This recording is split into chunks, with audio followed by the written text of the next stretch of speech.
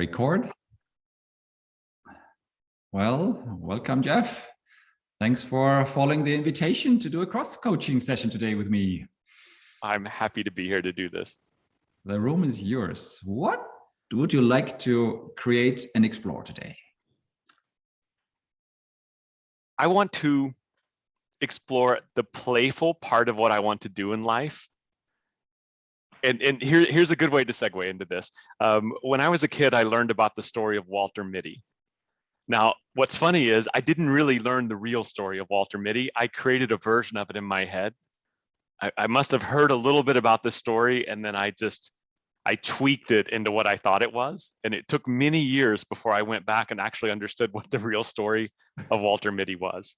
Can you share with me? Because I'm not aware of Walter Mitty. Doesn't ring a bell, so maybe. Yeah, there was it's funny, I should actually read the real story so I can tell the real story. But there was a movie that came out a few years ago about Walter Mitty, but the version of it that I learned was it was this man who lived in a fantasy world who he wanted to do everything. He wanted to fly a fighter plane, be in a hot air balloon, climb mountains, and the story fascinated me because it was the idea of I can be a firefighter, I can be a fighter jet pilot, I can be a professional musician and explore all of these things in life. And I think the real story of Walter Mitty was he lived in this fantasy world and never had the courage to actually do any of the things. And then in the movie, it's a very Hollywood thing where he actually does and goes for the girl and lives out these fantasy things. I missed the part that it was someone stuck in a fantasy world who wasn't moving forward in their life. And I grabbed onto the fact, and I did this, decades ago. I thought, how cool is it? This guy got to do everything. And that story stuck so much with me that even in life now, I still want to do everything. And for example, I hear a fire engine coming to in my world, in my view, they're coming to rescue someone. And I think, oh, I want to be a firefighter. I want to rush to the scene and save someone. I see an airline pilot flying and I think, oh, I want to fly an airliner. I see a rock musician playing and I think I want to play on stage one day.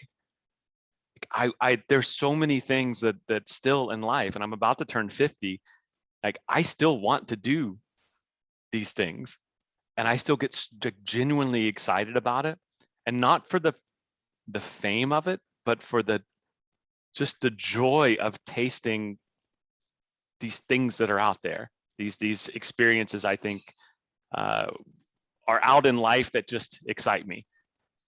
And this has been a theme since I was a kid. And a lot of what I've done as an endurance athlete or things, moving abroad, things I've done in life have they fit within that thing. Oh, I have to experience it. I have to climb this mountain. I have to know what it's like to learn another language. And it carries me up to this moment where professionally, I'm in a very good place. The best place I've been since moving in full-time into coaching over a decade ago. Very well. Congratulations. So I could just continue to focus on that, and my heart is fully on that. I love that as a work, as what I do as a work focus. At the same time, I have these creative projects that I'm so excited about doing. I can sense it. Yeah, that have no direct financial payoff. Like maybe they do, maybe they don't. Maybe there's no income associated at all. Maybe it becomes the thing I do for the next decade. And I could park how I'm trying to build my professional business, my coaching business. I could keep serving everyone I'm serving, but not focus so much on growing more clients, more income, that kind of thing. And I could redirect time more into these creative projects, which I'm excited about. But at the same time, there's the thought, if I redirect too much of this, then am I going to be in trouble in 6 months or 9 months because I didn't give enough attention to the garden that's actually making it possible to do these things? You're creating a room of options. I know I've just thrown it all out there for you. Let's see. Let's slow down a little bit. And maybe I just recapture or rephrase what I heard. Okay. And what resonated with me. You are living Walter Mitty in reality. You are creating that type of life. The way you phrase it, you are all in it for marvelous experiences. It's not about being the fighter pilot, the pilot or fighter pilot. I hear that it's about the experience of how does it feel, and not the cap or the sticker whatsoever. It's not the status, it's not the success, but it's the underlying experience that I can sense. Mm-hmm. And there's a lot of playfulness around there. The way it sounds to me, it's like, hey, if it's not playful, it's business. Mm-hmm. So when you talk about your business success, the energy is different than when you talk about all your fun, marvelous, adventurous things.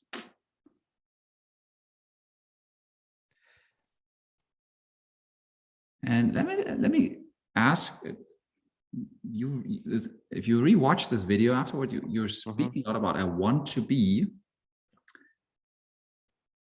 And I think you already are. In many ways, you're coming out of a field of creation, the way that senses to me. Yeah? This is what I heard when you were phrasing about it. While your words maybe guide to the future, the way your energy expresses is a lot about coming out of this field, creating from this field. Mm-hmm. So just maybe my own resonance. I did yesterday, I did a reflection on success in the year 2021. And I said, no, it's not about success in 2021. It's about experience in 2021. Mm-hmm. And so I did a whole session on what were my marvelous, recognizable experience of 2021 that I myself want to recognize myself on. How does it resonate with you?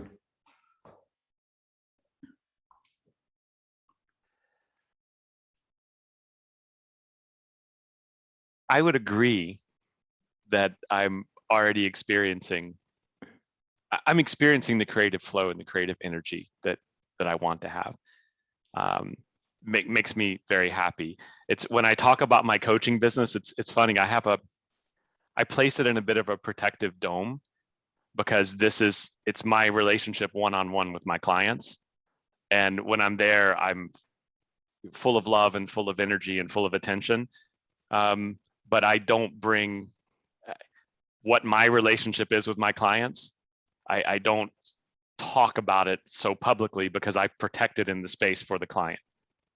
So that's so when I'm in that space with the client, I'm fully there.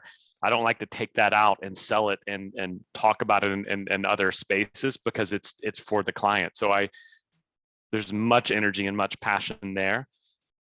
And this I want to hold in my life, absolutely.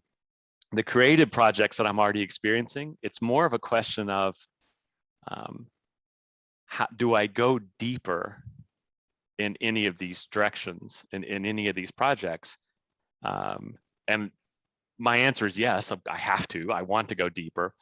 And it's a little bit of I have to be careful in my head that I don't risk the business that I've created. Can I interrupt you there? Yeah. I felt something different than what you said. Yeah.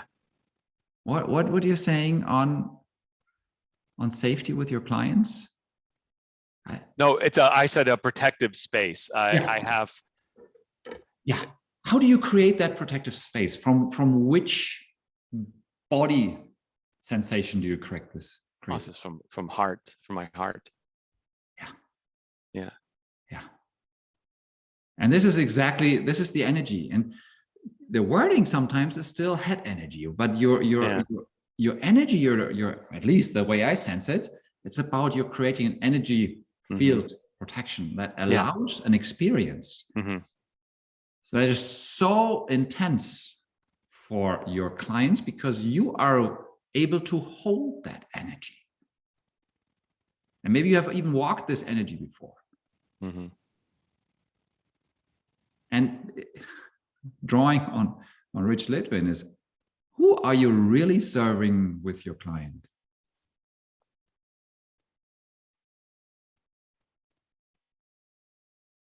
Well, it's me and the client. That's I would 100%, without thinking about what the right answer should be. I'm 100% serving myself and the love it makes me feel to be in relationship with the client. And my hope is that it's serving them as well, because that's what creates that energy within me if I know it's landing. Is that a hope or a certainty? Or knowing. I mean, maybe certainty is the wrong word, but a knowingness. Yeah, I can't go as far as certainty. It's a knowingness that over the years that energy lands, and I see it with my clients. I see that they feel it, but it's never something I would take for granted. Yeah, exactly. And that makes you special. That's maybe that's your zone of genius. I'm just sensing. Yeah.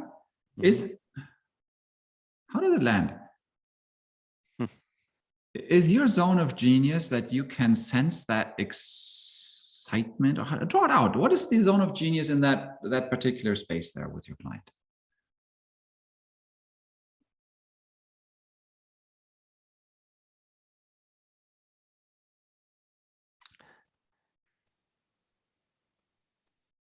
It's energy. Logic, the brain can say, oh, I can listen and I can make a suggestion for someone. You know, let's do this, let's use this tool, let's use this template. But to me, that's the least interesting and the easiest part of it. It's what is the energy that someone would best benefit from experiencing in a given moment. Is it love? Is it support? Is it a push or whatever? And that's harder to capture in words than it is a feel. Yeah. Absolutely.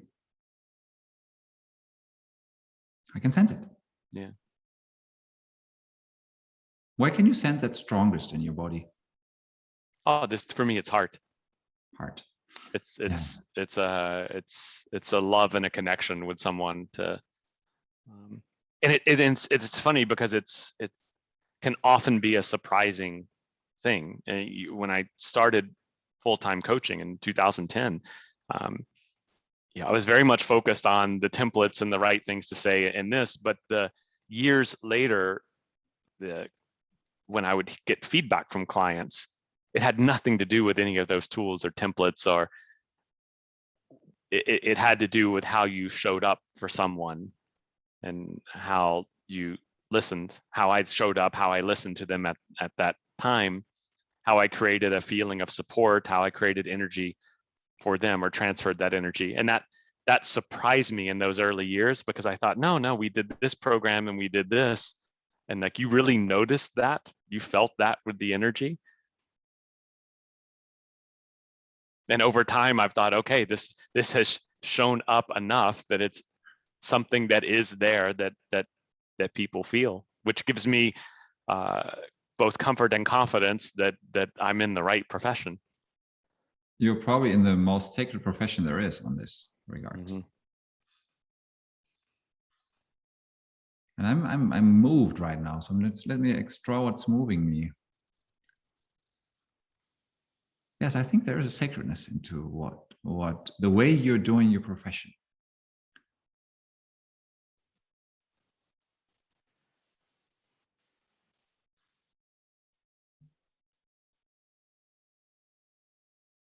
Can you sense and see this?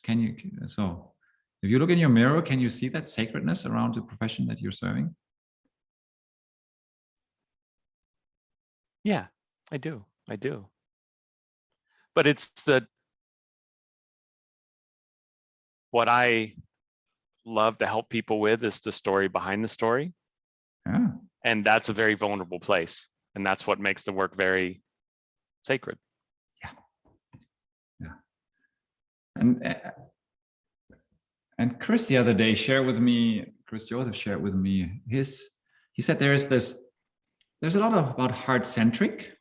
Mm-hmm. So you focus on the heart. So that's and from heart-centric to wholeheartedly.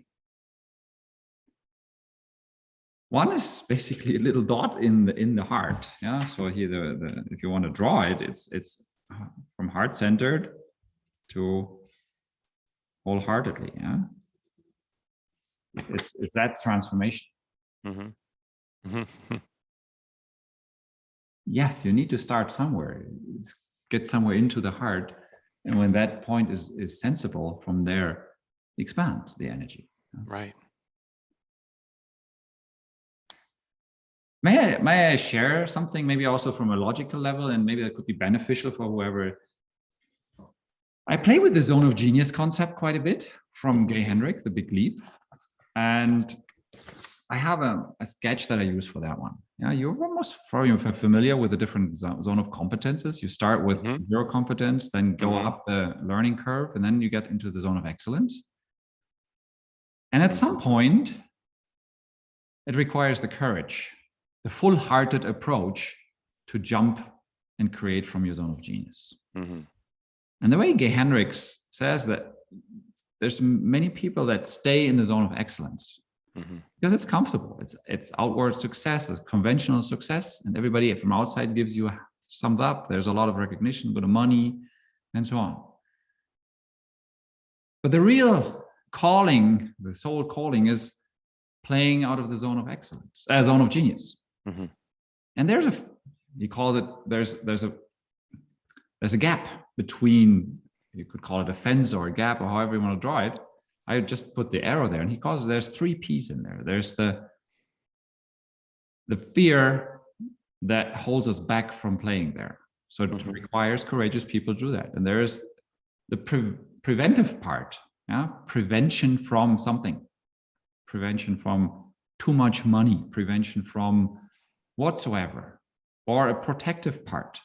Let me keep you safe, stay within the community, stay within the group, or the self-sabotaging penalization. These are the like the Lewinsky affair of Bill Clinton, where he, at his peak of energy, where he couldn't hold more, he created some event, an upper limits, which the way Gay Hendricks phrases it, that drew him back into, well, he's just a normal. He's not one of the extraordinary. So if you see that, from that, how does your zone of genius feel or sound or resonate like from when you play there?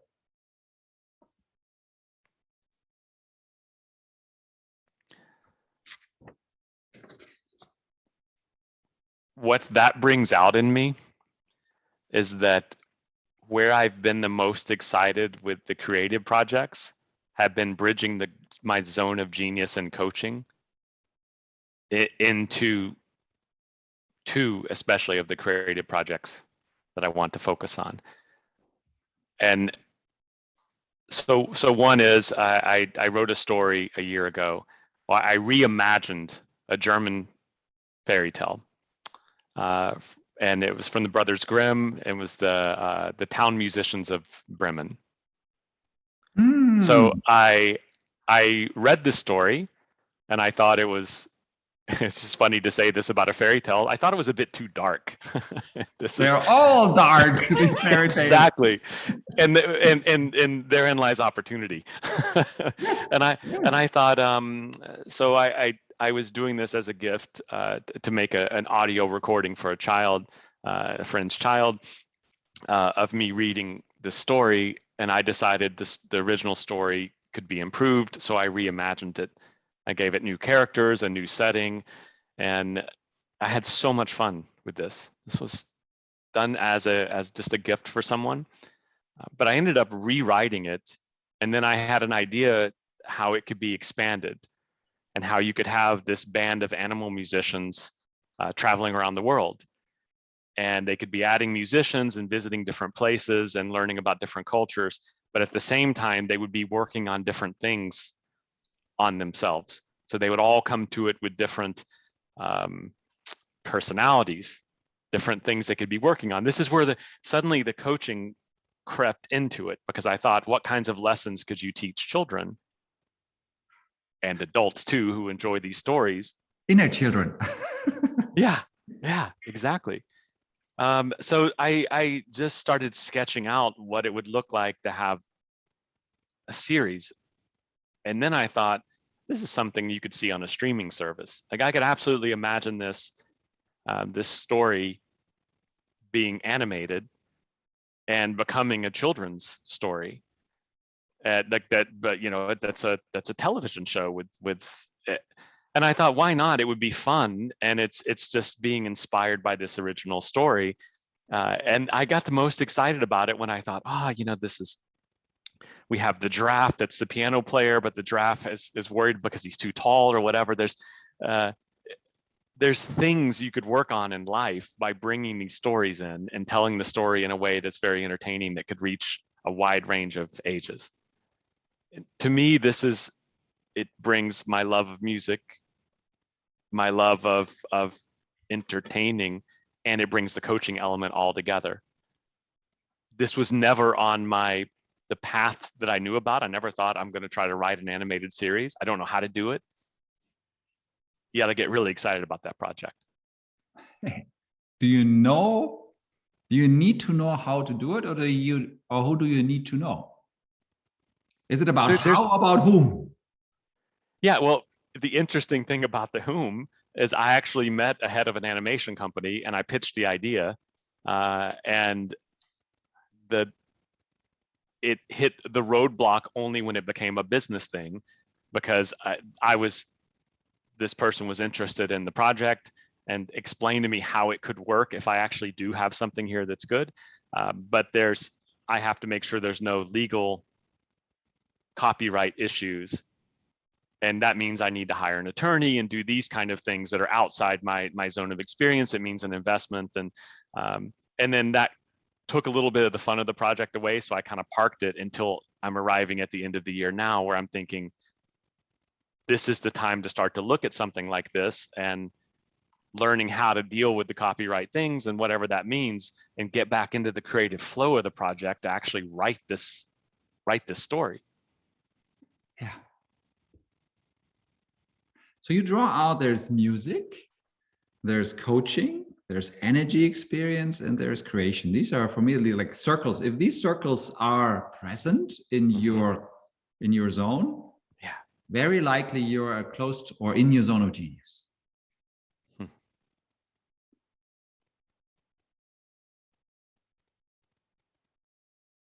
It's interesting you observe it that way, and I appreciate it, because I think for years, though, many of those circles were the hobby thing on the side, and I just needed to focus on the professional thing that I had defined in a very narrow box. And then those other things, the being playful, dreaming up fantasy worlds, the connection of music, seeing those as actually what makes the zone of genius, as integral ingredients, not something that distracts from what the mission is supposed to be. Yeah. Like I see a lot of value in how that's recognized in the energy you give each of those. Yeah. And what's the challenge if you look at this one? Yeah. What's the challenge? The challenge jump from here to there for you? It's probably, am I going to penalize my existing business by taking the time to do it? And am I protecting the status quo and the relative comfort I've reached? Yeah. Let me draw out another one that might play you well.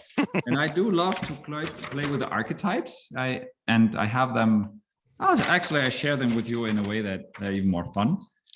For me, though, I play with 4 archetypes I like to play, and I have male and female. But as you're a male, I give them as a male form. Yeah. There's the little harlequin here, the lover, that passionate guy that wants to have fun, play, joy, create. The way that you described your creative energy. Yeah, this guy for you seems to be the one that makes you light up the world. Yeah, pick up the guitar, dance around, so on. Yeah. Then there's a second character, which is this guy here, is the warrior.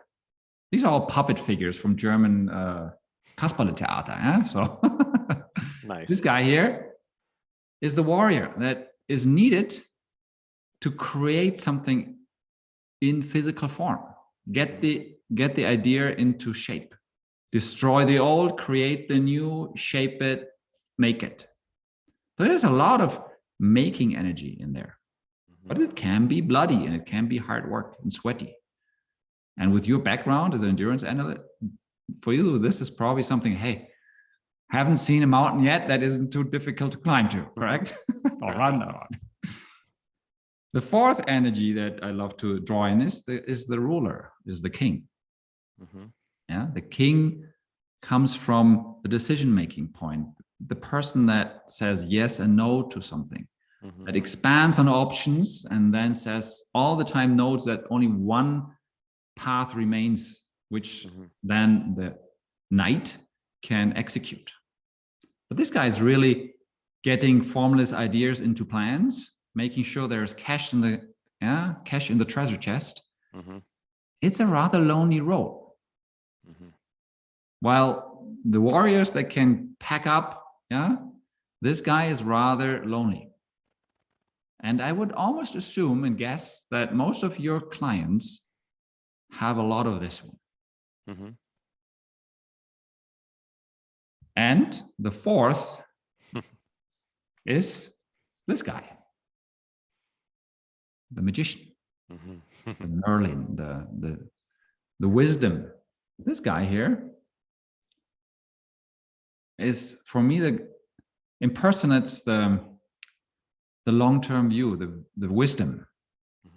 Very similar from a timing perspective. These two guys here, they don't care about time. This one wants to be in the now and only now. And this guy is time. I don't really care about time. I care about experience. I don't care about this guy doesn't care about success. This one might, and especially this one is rewarded for success. But here it's only about experience. So the way you phrased your creation, your Walter Mitty, Walter Mitty, he came from a fairy tale land, and you didn't believe it's a fairy tale land, you created it. So that's this energy here. Somebody taking the formless into something that is experienceable for soul growth purpose. So, and what I observed with my clients is it's really helpful to play all 4 of them in a good way to have them be present and use them to play in the zone of genius. Because it requires all 4 energies in sequence and difference and whatsoever and if you look into your 4 circles, the music probably shows here as well as diligently working, practicing. Creative energy.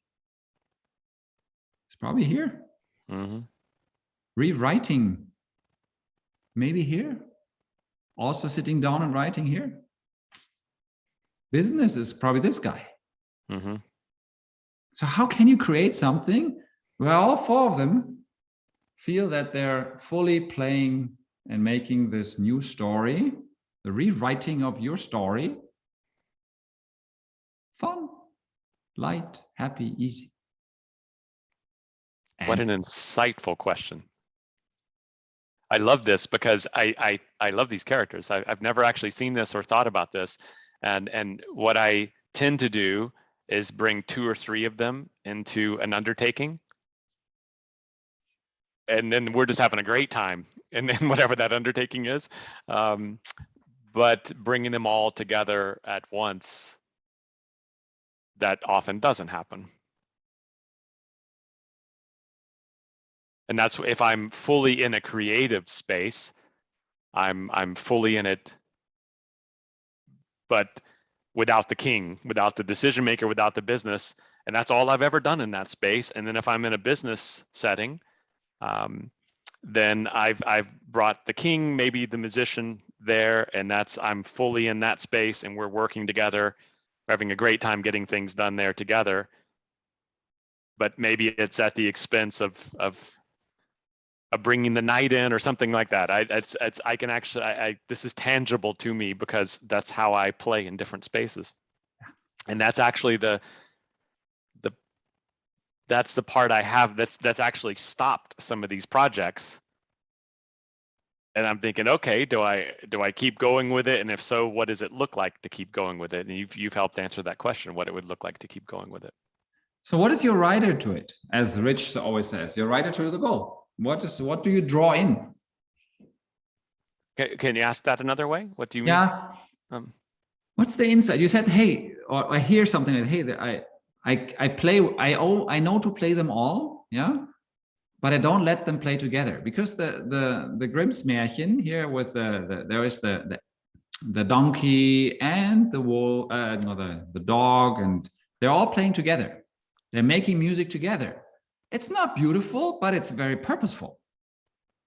They get their achievement. They throw out the robberies out of the yeah. Well, it's and I just looked to the side when you said that to see if I had a mixing board, and I don't have it connected anymore to this is my office and my studio, so I have a lot of musical things around, but I don't have the mixing board, and I wanted to use that to make an example. It's as if the mix I've played has had one channel turned completely down for a given track I'm working on. If I'm creating music, creating a song, I'm working on a track, and I've had channel 3 just turned down, and I never actually thought, like, it's not going to turn itself up. And I've never actually thought, what's it sound like if I turn 3 up to level 5 and maybe pull 2 down. I haven't really played with that. I've just looked at the mixing board and thought, what's going to happen to make this song play itself and sound good? Wonderful insight. Yes. Mm-hmm. And I'll never know unless I actually touch the controls and make some changes and hear how it sounds. Yeah, it's all about experience. Mm-hmm.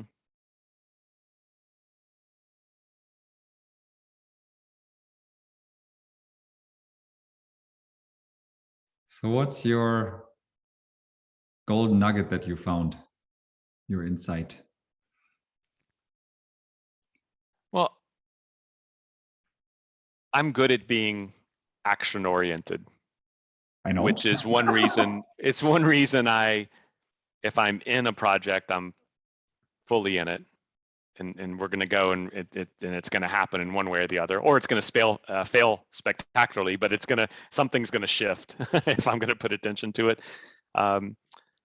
And especially with this reimagining a fairy tale and trying to create an animated series, I've talked about this for a year. I've done different pieces of it, but I haven't just moved fully in it to do the part that's the hard part of it. Sitting down and writing episodes is the easy part for me. That's great. It's fantasy world. It's outstanding. It's the decision making and some business things that I just need to pull from how I approach other projects and use it in this space.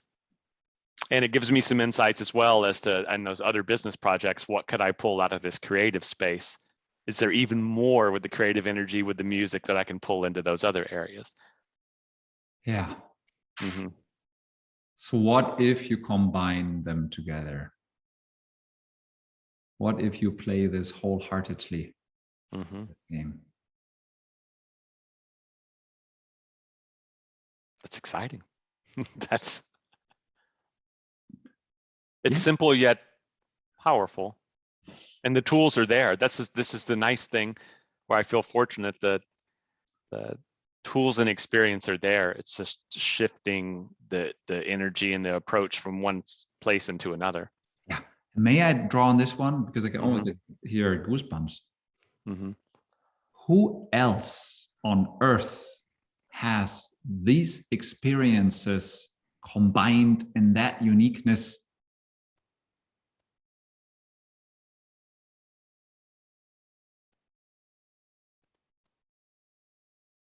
Yeah, this is just mine. So, and thus, this is the big differentiator. Zone of genius is just mine. No one else has the freedom, because he has the skills, experience that you have gathered through your 50 years of life to make that creation possible.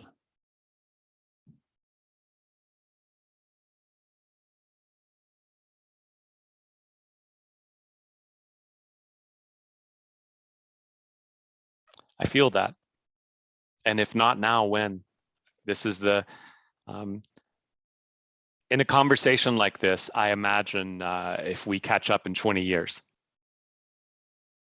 30 years, and we're talking, what I never want to have is to have a conversation in 20 years to talk about what could have been. If the idea was born then and there was a certain energy and a certain passion around it, it should be explored and lived then. Not let's revisit in 10 years, let's revisit in 20 years, then it's too late. Yeah. And even if it's, hey, I played, that's how far it got, that was the version that I shared. And then something else created from there. But the way I know you, yeah, very likely it's not that you quit after a mile running.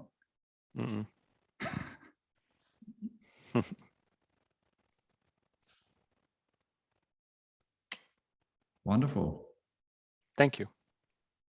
It's my pleasure. No, my serving. And a pleasure. I appreciate it very much.